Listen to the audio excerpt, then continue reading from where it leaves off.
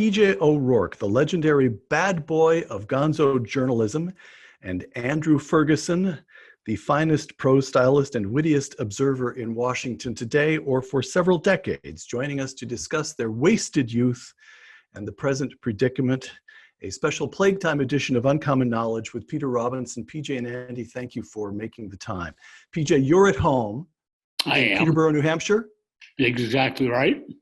And Andy, you are in Arlington, Virginia. That's exactly right. All right, boys, to the introduction. Patrick Jake O'Rourke grew up in Toledo, Ohio. He became one of the inventors of gonzo journalism during his decades of writing for National Lampoon, Rolling Stone, and at least a dozen other publications. He's the author of, again, well over a dozen books, including the best book ever written on the way Washington works, Parliament of Whores. Everybody's entitled to an opinion. That, ladies and gentlemen, is a fact. It's the best. And his book on the election of 2016, How the Hell Did This Happen? P.J. O'Rourke now serves as editor-in-chief of American Consequences. Andrew Ferguson grew up in Illinois and has been writing about politics and culture in Washington since the Reagan years. Now at The Atlantic, Andy has written a number of books, including most recently Crazy You, One Dad's Crash Course on Getting His Kid into College. New York Times columnist David Brooks has called Andy, quote, the greatest political writer of my generation. And for once, David Brooks was correct. Gentlemen, my middle son just the other day, hey, Dad, do you know what we call the coronavirus, we kids? We call it the boomer remover. On one side of us, the greatest generation. On the other side, our kids, millennials or Gen Xers or whatever they are. You've got three, PJ, Andy, you've got two. But of course it's about us. We consider ourselves at the very peak of our performance, full of years and wisdom. The kids think we're about to shuffle toward the exits. But how do you grade our generation?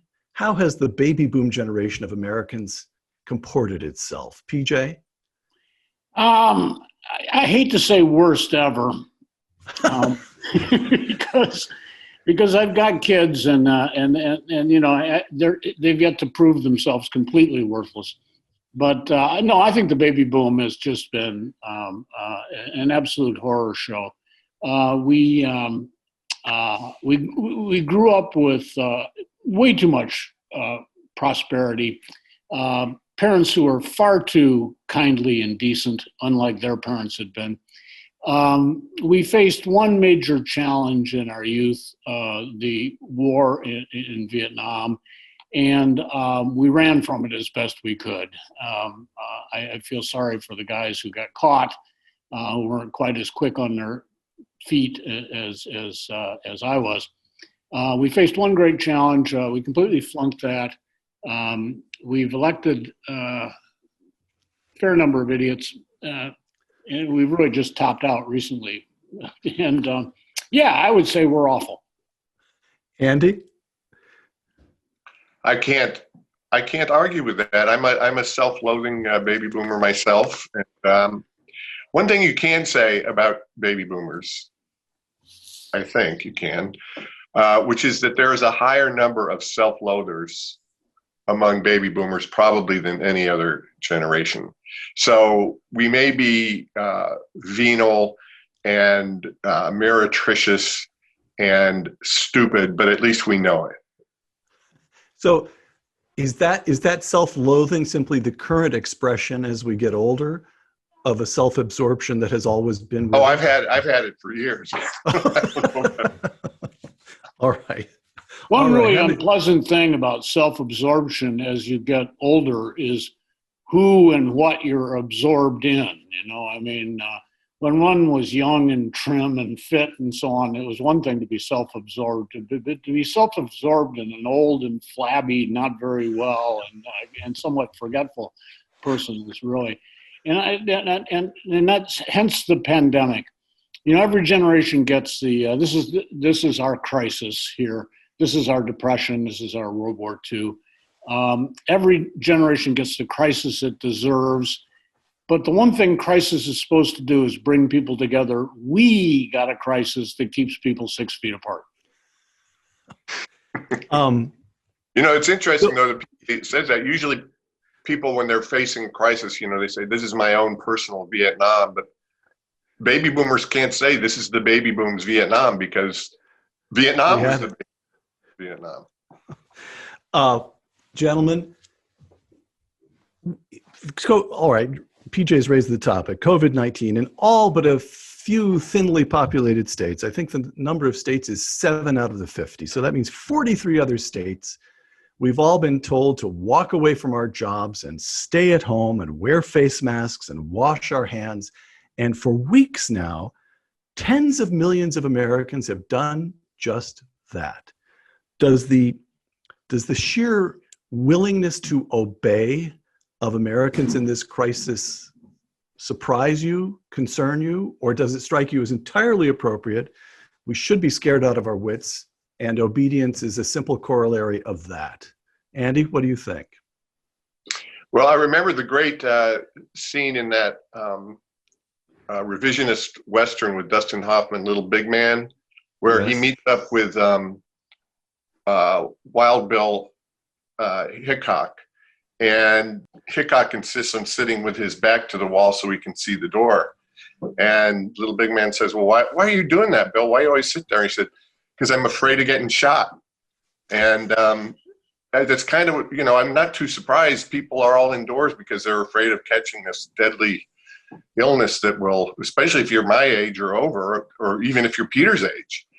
He's much younger than I am. You're likely to buy the farm. Yeah. All right. So the conservative Andy Ferguson, PJ, just told us it's entirely appropriate for us to obey meekly. You have gone through life as a libertarian, which is a different stripe of creature. Do I get anything from you? Any urge to rebel? Any wish that we put up more of a kick over this? I'm absolutely opposed to all of this closing down society and the economy, and I am obeying every injunction to do so to the letter. Because when it comes to weighing courage versus principle, the cowardice won out. I am, and quite reasonably, I think I'm frightened of getting this. I think there is something that's not, I worry, of course, that the government is having so much fun bossing everybody around. And it won't want to quit having that fun after this is over. In fact, the government will be reluctant to declare that it's over, or parts of the government will. I mean, who could possibly imagine a scenario where Andrew Cuomo is likable? I've never heard a single kind word about him in all the time that I have been covering politics, which would be his entire political career. But just, it is going to be tough for them to let go. But I think there's something else going on here. So I really do think that people do want to help. People are, and they don't know how they can help. You can sew a few face masks at home, or one can, I can't. And so I really think that they're obeying, not so much out of deference to government or even fear of the disease, but out of some sort of desire for better social good, which is kind of sweet, I think, in a way. I'm touched. A lot of people are putting themselves to huge inconvenience and deprivation. Andy, you wrote recently, the new quarantine regime has relieved considerable pressure on the introvert community. The world has caught up with us at last. You're enjoying yourself. I wrote that a few weeks ago. Yeah, it kind of, even the introvert in me has started to get a little extroverted.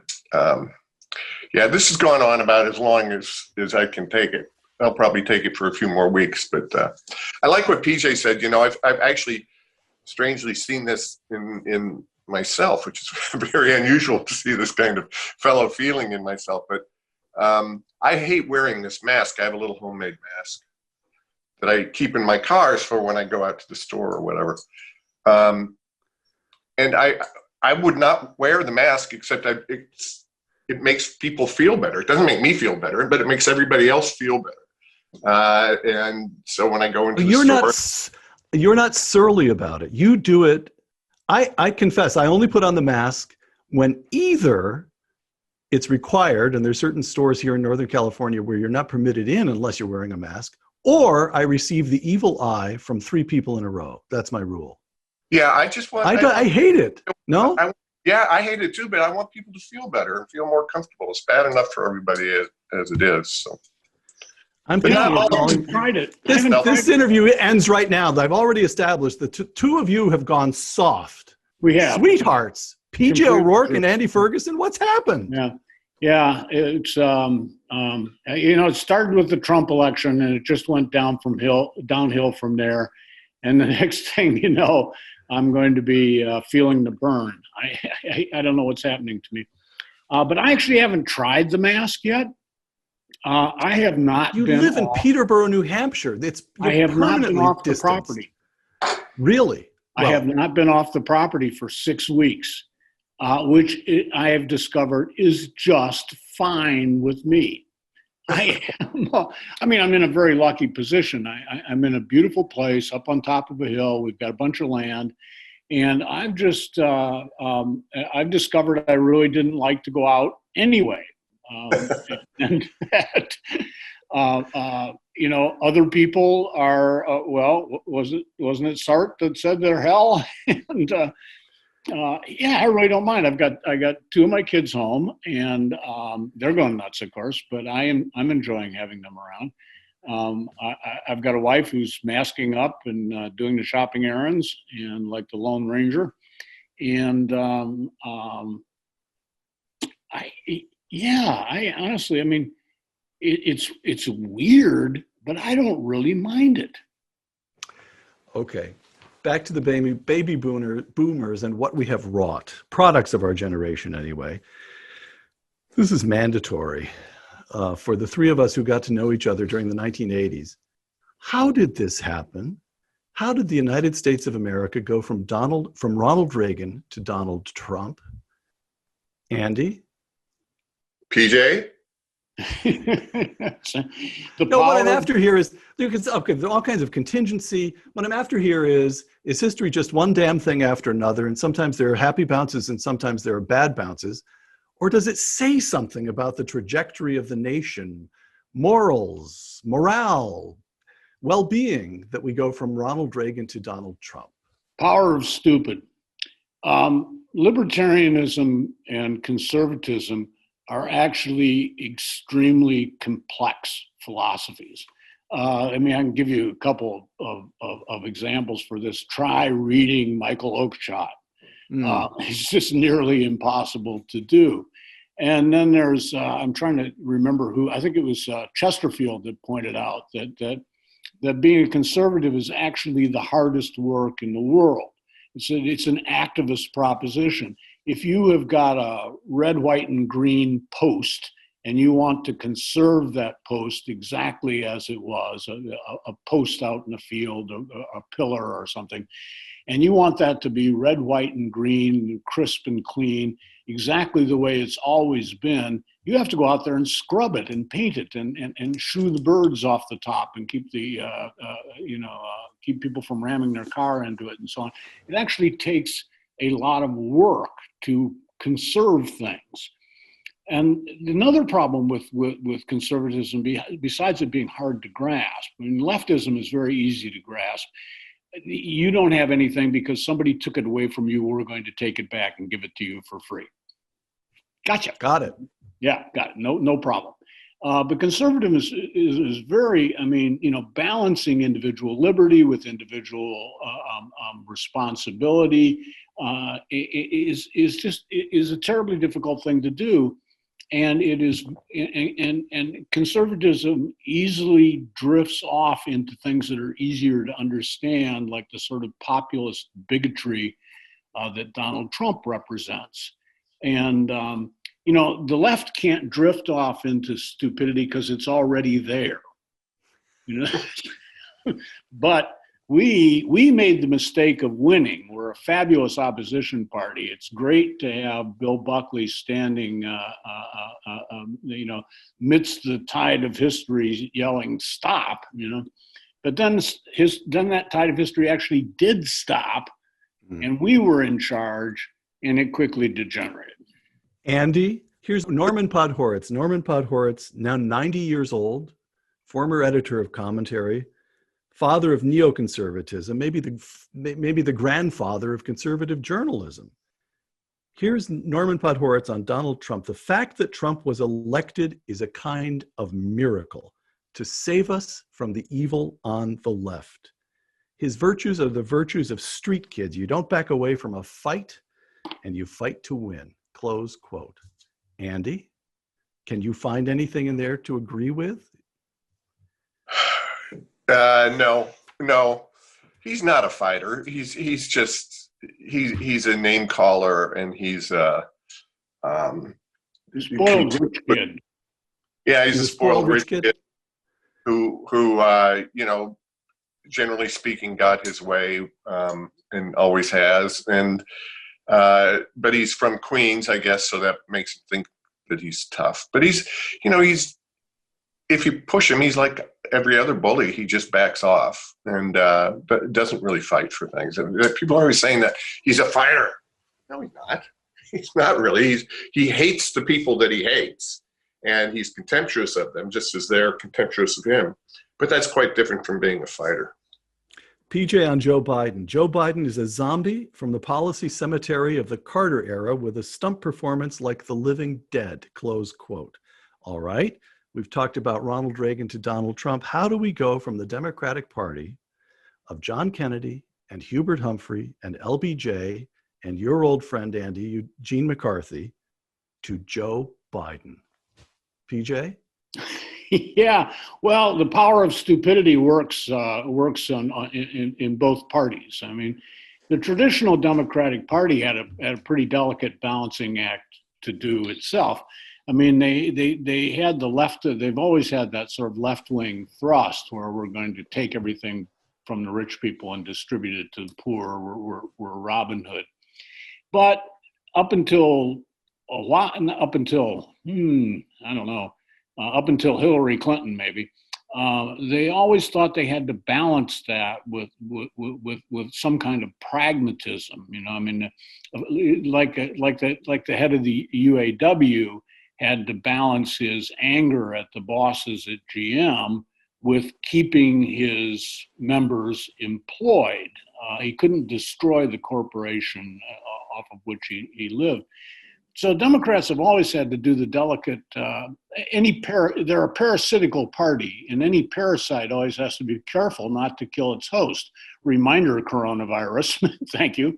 But somewhere they just sort of lost sight of that and decided that they would go with the H.L. Mencken definition of practical politics as the auction of goods about to be stolen.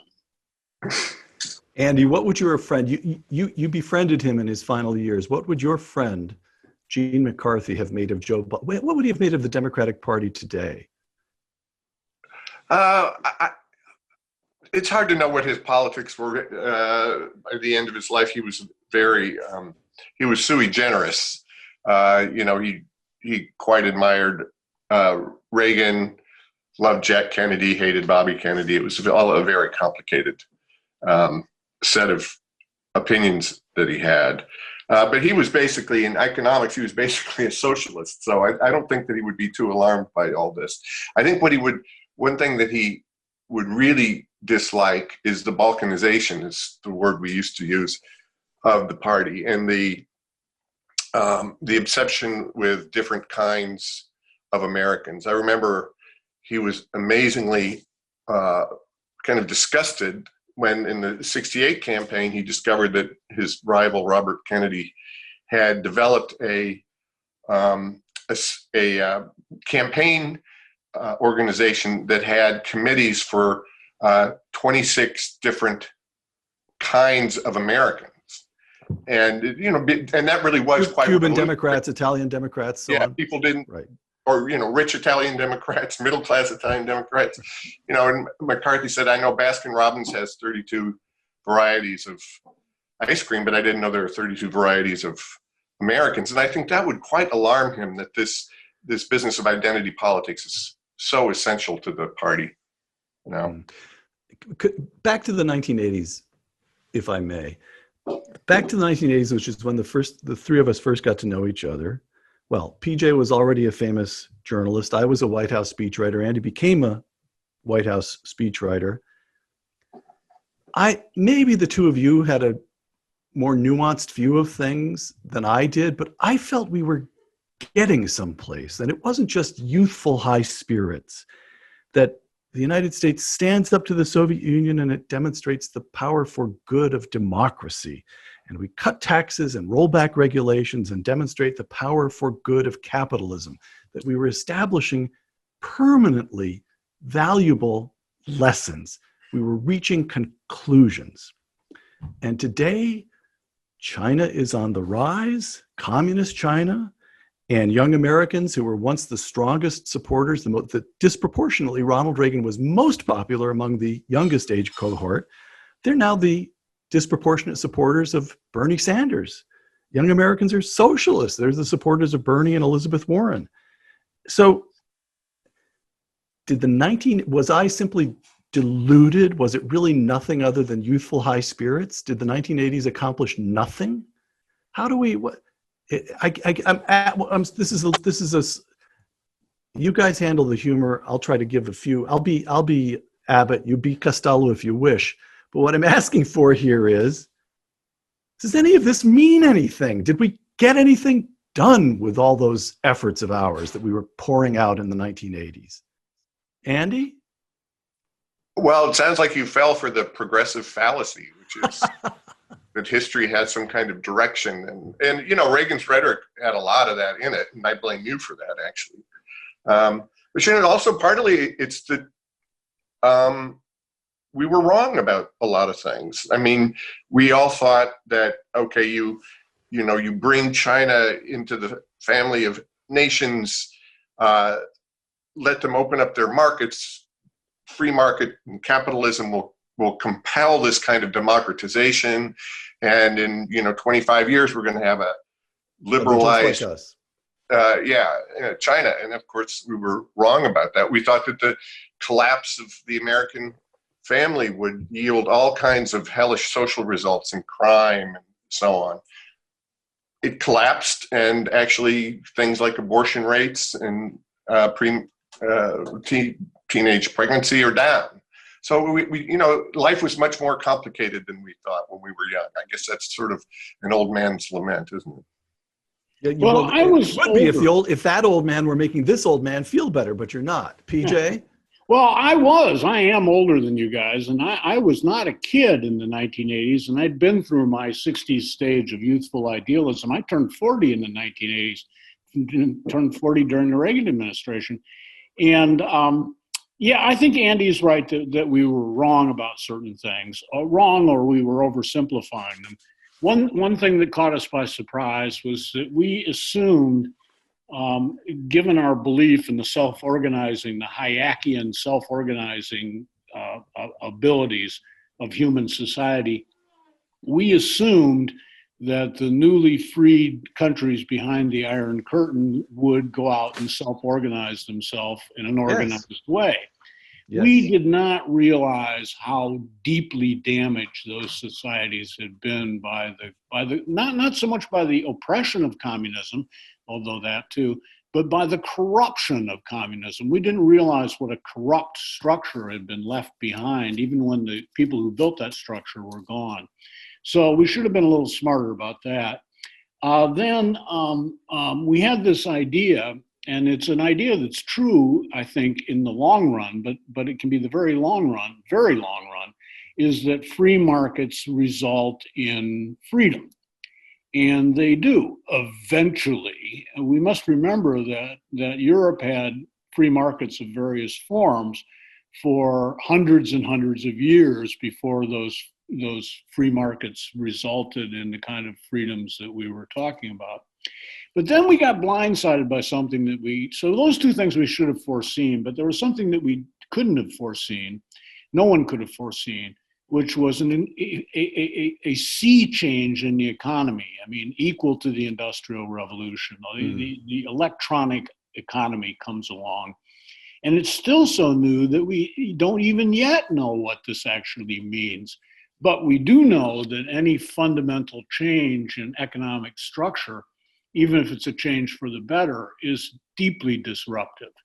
And so one of the reasons millennials are such lefties is that the economy that they sort of expected to enter as adults has disappeared. They're all making a living by driving each other around in Uber, and and who can blame them for being mad? Actually, I took a trip to the airport about 6 months ago and found myself chatting with the Uber driver who had graduated 18 months earlier from Princeton University. With a PhD in philosophy. Yeah, well, he had taken his degree in Hispanic studies. It wasn't, let's put it this way, he was not a computer scientist. Journalism, and speaking of disruption, you've both made your entire careers as journalists. Andy, conservative journalist, PJ, libertarian journalist. They're cousins, slightly different, but cousins. Why does this profession overwhelmingly attract liberals?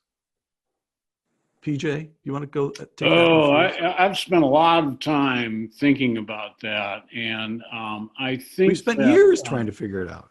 Yeah, I really blame it entirely on the movie version of Watergate, not on Watergate itself, but on there were all these like well-meaning twerps out there who were going to join the Peace Corps. And then they saw Woodward and Bernstein, played by Robert Redford and Dustin Hoffman. Never mind that any journalist is going to end up being played by Dustin Hoffman, not Robert Redford. But they didn't quite get that through their heads. All these little world savers, pointless little world savers, well-meaning jerks, thought, oh, no, not the Peace Corps. I'm going to become a journalist. I really think there was because up until the Woodward-Bernstein era, up until All the President's Men, journalists, I mean, I'm old enough to have still worked with these guys. The newsroom was blue with Lucky Strike smoke. Everybody had a pint of booze in the drawer and started hitting it about 10 a.m. And it was maybe it tended a little bit to the left, but that was just because that was the little guy. It was all about like supporting the little guy. If it was the left, it was more of a New Deal left. More of a New Deal left, or an old Union solidarity left, or something like that. A little Nelson Algren type of thing. But they weren't idealists. I mean, these guys. I mean, Mencken. I go back to Mencken, of course, who wasn't like that. But Mencken said the reason that you become a journalist is it's a ringside seat at the circus. And of course, now they've taken the elephants out of the circus. I mean, all we've got left at the circus is the little clown car. There's way too many clowns in it. But never mind. That's a side point. But I really do think the world savers got a hold of it. Yeah. Do you remember? This is coming back. First time I remembered it for years. The informal motto of the New York Daily News used to be, "Tell it to the McSweeneys, the Stuyvesants already know." Did you ever hear that one? Oh, yes. It's a beautiful thing, but that's the little guy. We're sticking up for the little guy. That's totally commendable and understandable and conservative in its own way. Its own way. Yeah. Yeah. Andy, what about? I think most journalists still think they're doing that. The conditions around them, I think that they're standing up for the little guy, and that they have contempt for the well-to-do and the rich. The thing is, journalism, the conditions around journalism have changed so that it attracts a particular kind of busybody and a reform-minded sort of person, rather than the kind of, just just the facts, ma'am, and just tell it like it is, and all that kind of stuff. It's much more a profession. It's not a profession. It's much more of a trade for people with a reform-minded who want to make the world look better for themselves. Okay, pursue that a little bit. In the old days, and by the old days, I remember, I'm talking about the days in which we were all young men, that journalism, I can remember thinking in college it would be the coolest thing. Actually, it would be the coolest thing in the world to be P.J. O'Rourke. But there were magazines you wanted to write for. Remember when Esquire was a written mag, not Men's Style, but there was writing. Okay, so we all know that the business model for this is just collapsed. All the advertising has moved to Facebook and Google, and you can't afford to publish a magazine anymore. And the Weekly Standard, a great publication, finally the billionaire who was supporting it gets tired off. The Weekly Standard dies. And the answer to that, from my children, I don't know if yours have the temerity to try it out on you, the answer to that is no, don't worry about it. All the good journalism is in the computer somewhere. It's all migrated online. There are just as many great writers. You just have to look around for them a little bit. Do you buy that, or has something been permanently lost? PJ? Something has been permanently lost. That simply isn't true. That, there's some good reporting that's somewhere around the internet if you sort through enough of it. But takes me forever to sort through it. So there's some reasonable reporting. But there used to be a sort of a career arc to journalism that not everybody followed, but that everybody knew about, and it was kind of there as a model. The first impulse had to do with writing. Usually, nobody set out to be a reporter. People set out to be writers. If your reporting chops were some of the people who were the best writers and kind of the worst reporters wound up as sports writers, because you could sit in a chair and do your reporting. Right. But they were beautiful, beautiful writers. And the idea was to be a great, was to write well. And then you'd be noticed by the slicks, by the magazines, and your stuff would be picked up. And plus you had a novel in your drawer along with that bottle of Jack Daniels. There was a novel you were working on. And I know 3 or 4 old newspaper guys from the generation before me who did indeed write decent novels. Maybe they only wrote one. Maybe they never really broke into the big time. But they wrote. But there was a career arc out there to be had, and that doesn't exist anymore. Journalism never paid really well. It pays pitifully now. Right. And so naturally it attracts the people without enough to do, the busybodies and nosy Parkers of the world.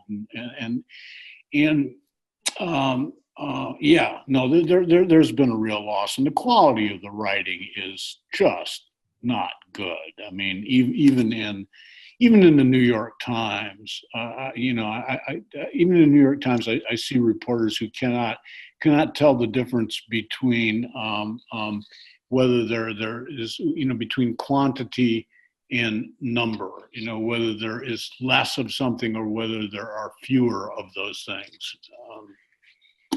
I really disagree with that. I think you do. Yeah, I really do. I think there are some wonderful, wonderful writers out there, and people younger than we are. Of course, everybody's younger than we are. There was a great line from head of the FCC. Somebody said to him, he was defending television, and they said, well, 95% of television is crap. And he said, 95% of everything is crap. Well, that's and true. I think we're romanticizing the greatness of those old newspaper writers. I mean, some of them really do stand the test of time. Others don't stand up all that well. But at the risk of sounding like a suck up, I work with several writers that I would put in the category of at the Atlantic now. Of a Royko or one of the legendary greats from the old days. And a lot of the legendary greats, as I say, weren't all that great. I mean, Pete Hamill, I'm sorry, he's lionized as an embodiment of that old style that PJ's talking about, but he's terrible. He's a terrible writer and always was. Does Breslin stand up? Does Jimmy Breslin stand up? No, well, not to me. I went back and read a bunch of him for something I was writing about 2 or 3 years ago, and it was hastily done, factually suspect, very self-conscious, hackneyed stuff, I thought. Okay, let me tell you 2 stories and just see what you do with them.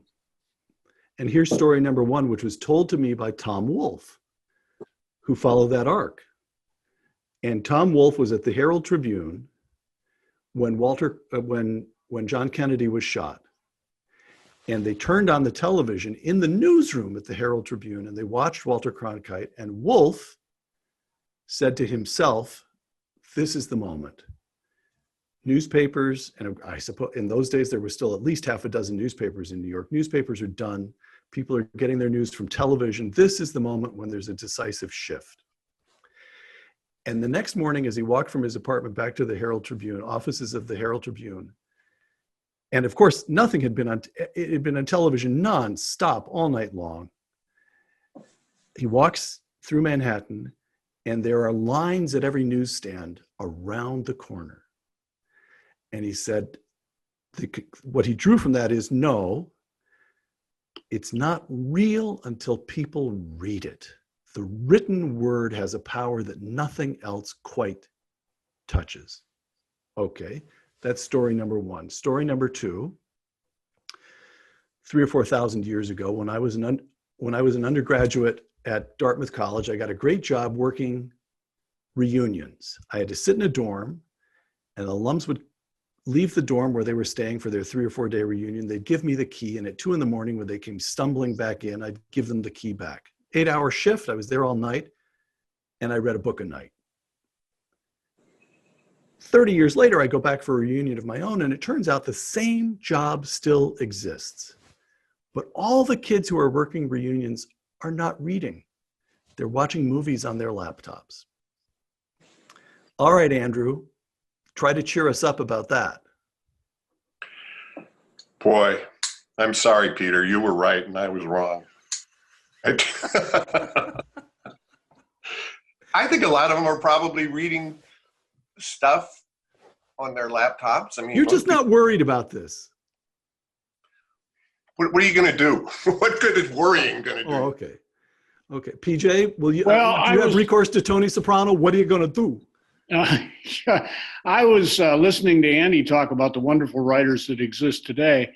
And, Andy's more deeply involved with the printed word anymore than I am.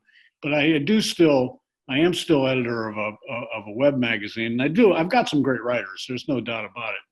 But there's kind of no place for them to go with what they do. So I was sitting listening to Andy, and I was thinking, gosh, Andy, I hope you're right. I hope you're right. And I do know that some of those old legendary types were at the best very much of their moment, and at their worst were hacks, but that 95% of all things are shit is, that does come. But the reading thing, there's absolutely no doubt about it. I got 3 kids, and 2 of them really just don't read. And one of those 2 is the best student of the 3, and the most serious, academically most serious of the, wants to be an archaeologist, is studying all the tough stuff in college, taking the hard sciences, where the girl that does read, her elder sister, is the one who's an art history major and will soon be driving that Uber to take you to the airport. No, the kids really don't read, and we've got a house full of books. We must have 5,000 books in the house. And I've worked for years to kind of build this library, because I've looked around for decent hardback editions, back when used bookstores still exist, used decent hardback editions of all the books that I've loved all my life. And, part of it was my own collecting thing, but part of it was for the kids. And can I get them to crack one? Even now, when everybody's sock drawer is over-organized, when we truly have run out of things to do? No. All right. Gentlemen, a couple last questions. Now, yeah. I thought I was depressed when Peter finished his thing. Now I'm really depressed. Andy, Yes. I'm going to paraphrase an email of yours. Actually, I'm not going to paraphrase it. I'm going to quote this. And if it offends you, we'll cut it out. But I think I can get away with it. I care less and less about politics. All I ask from any writer nowadays is some evidence that he recognizes that all of this matters. The deep sense that we're all equally under some kind of care and judgment. When I encounter a writer like that, I'm astonished and very, very grateful. Close quote. Is that, so all the stuff that we cared about in the 1980s doesn't matter? Well, explain yourself to working journalists here. Well, that's not a comment on writing or journalism. That's a comment on what people believe in now and what intelligent people are expected to believe. It wasn't that long ago when any intelligent person had some sort of sense of the transcendence or the weight of the past and the accumulation of great tradition in the religious traditions, particularly, say, the Catholic Church. That's all I was commenting on there, I think. And, yes, all right. The culture is so deeply secularized, and it's so absorbed into the way, especially intelligent, well-educated, so to speak, young people think, that is disturbing to me. That's not good. PJ, let me add some more disturbance, because not only this am is I the Depress Andy show. Yeah.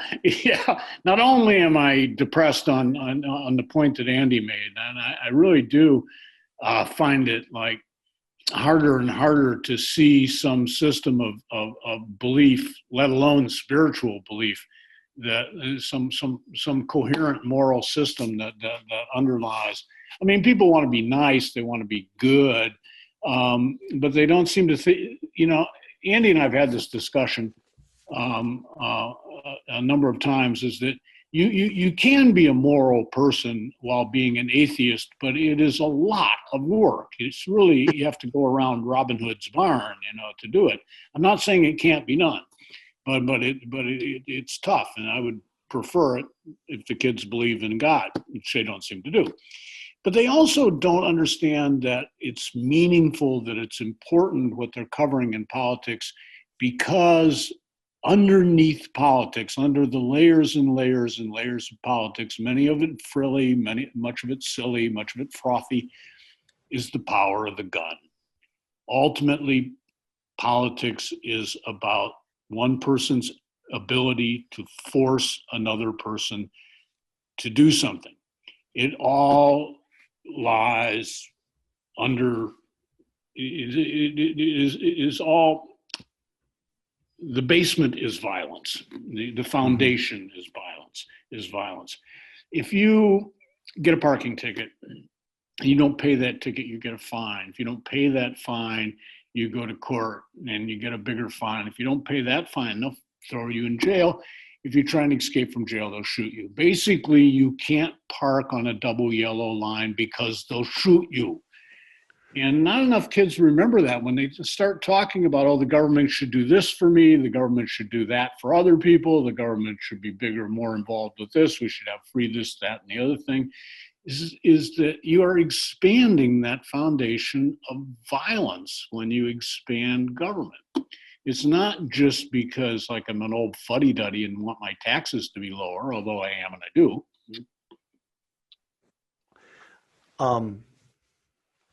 Andy, on Abraham Lincoln, in a recent essay, the ultimate concern for Lincoln was the survival of the Union, to which he had an almost mystical attachment, close quote.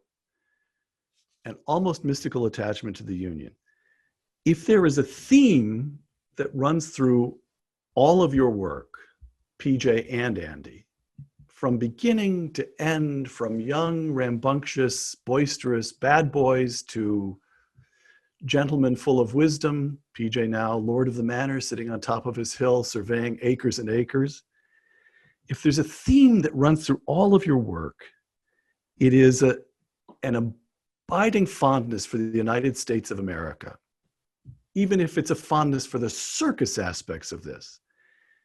So imagine some socialist Bernie supporter, some one-worlder kid, your own children perhaps.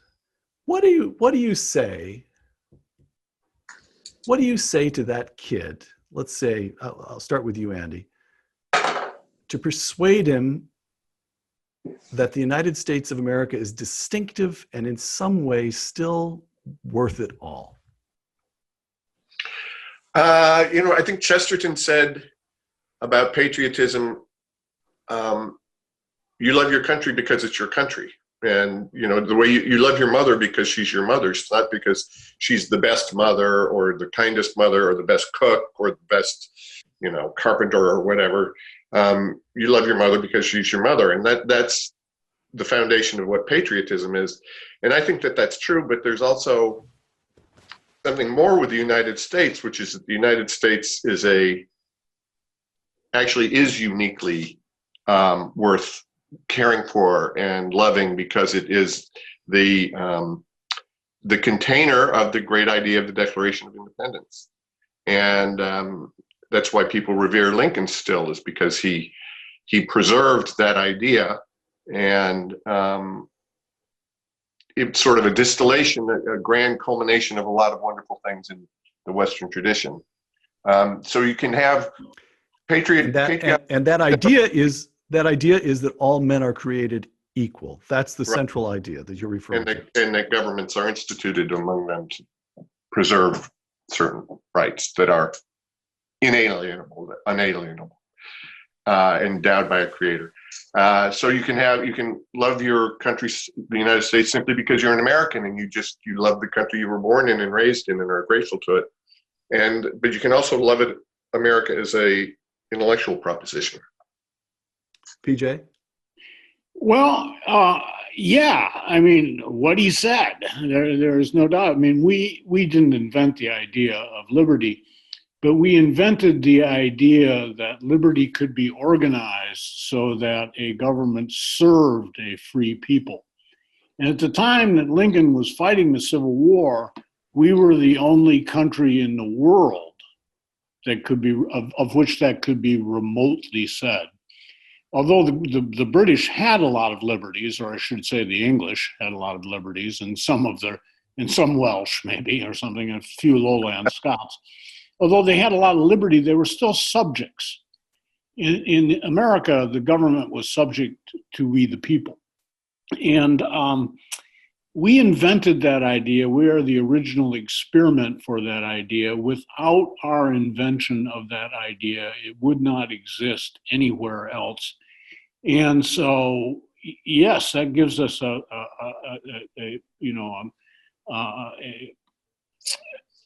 something that makes us a little more than just equal to any other country in the world. It makes something that gives us a sort of first among equals. And when things go wrong here, and they sometimes do, and they certainly did in Lincoln's time, and they're not doing so great right now, the whole world watches and says, well, China says, well, this doesn't work. Interesting little 200-year experiment, a mere wink of the eye in Chinese sense of time. But obviously, this idea of a government serving a people and nonsense. So, okay, then this will be the last question. You've been generous with your time, but PJ raised the question of China. They outnumber us.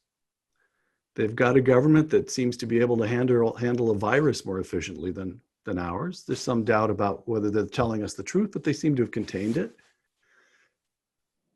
They've gotten rich. They've raised 500 million people out of poverty, not just during our lifetimes, but during the last quarter century alone. 500 million people raised out of poverty. And they've got a model that all the rest of the world is looking at. No, China seems to work.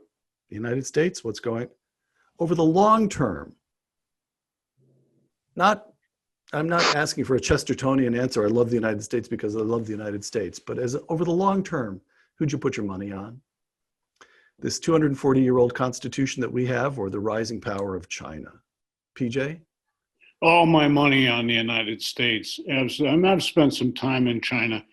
The most time that I spent there was back before things got worse. With Xi Jinping, things have definitely gotten worse. But the Chinese, although they have, they've made tremendous strides, but of course, when you begin with zero, all strides do look amazing. So, you don't have to go that far outside China's wealthy cities to be back in another millennia. There's one electric wire running into that village that makes it different from what it was in 1600. And the Chinese hate their system. And the Chinese, when you get them, really talking to you, and they realize you weren't going to report them for anything, would say, "Shh, the government is sleeping. Don't wake it up. Don't wake it up. Shh. The mountains are high. The emperor is far away." That's when things were going well in China, and now. I don't think the Chinese are we may think they did a good job of controlling the outbreak from their, the wet market in Wuhan. They've banned undercooked bat meat and good for them. But I don't think the Chinese people are all that jacked about what a great job their government did on this. Andy, who's your money on? USA, USA. USA. Would you care to elaborate? No, I think I just